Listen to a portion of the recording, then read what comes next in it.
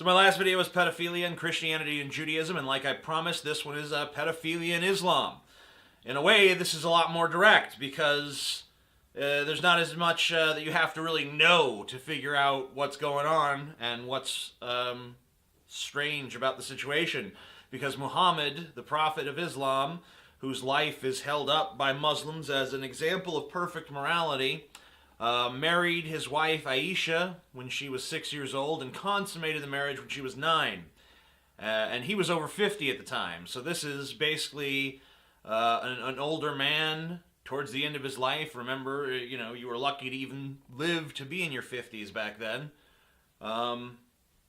Basically having sex with a child and being described as the most moral man in all of existence by the adherents of the Islamic faith.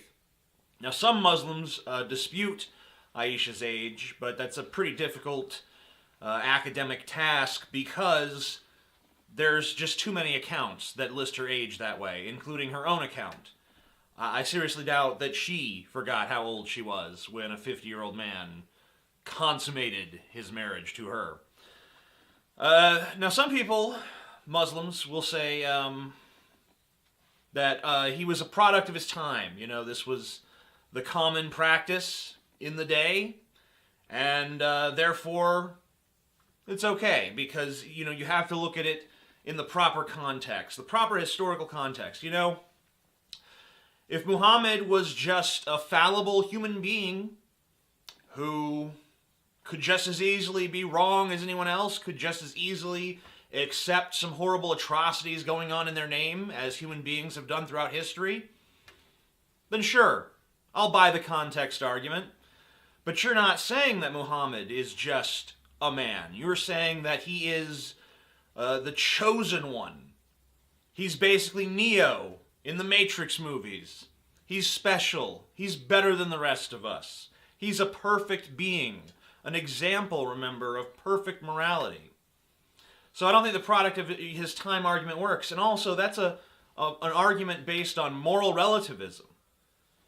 I think that when you have a religion that claims to be the absolute morality of the world, then it becomes hard for you to make a moral relativism argument. So what, are you selectively morally relativistic? 1 second, this is the absolute truth, but as soon as that's not convenient, it's like, well, you got to consider the context. You either believe in context or you don't when it comes to morality. The other argument that I hear from Muslims is that Muhammad's marriage to Aisha was ordained by God, and God wanted it to be consummated on this time frame, and so on and so forth. So basically, God wanted him to have sex with a little girl, coincidentally, and that was his plan. And if things didn't go according to that plan, then it would have been against God's will. And as we all know, God's will is good, no matter how reprehensible it seems on the surface. I guess I really can't argue with that, because if you're religious, you just believe that anything God wants is good, even when it's horrible. I'll talk to Christians who seem like perfectly good people, and I'll say, well, God ordered genocide, and God says to rape virgin girls here, and God is saying all this horrible stuff, and they're just like, well, we can't really know the mind of God, can we? Yeah, I guess we can't. Nor can we, I think, fully know the mind of Hannibal Lecter.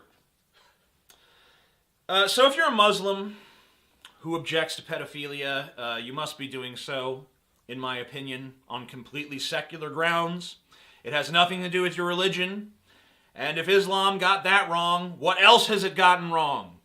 Could it be everything? I'm the Amazing Atheist. Peace the fuck out. I'm the Amazing Atheist, and my book, The Douchebag Bible, is back on sale down below. Purchase that shit. And also follow me on social media and do whatever else it says to do down in those comments, because those description sections, shit's basically your God and you need to obey it, okay?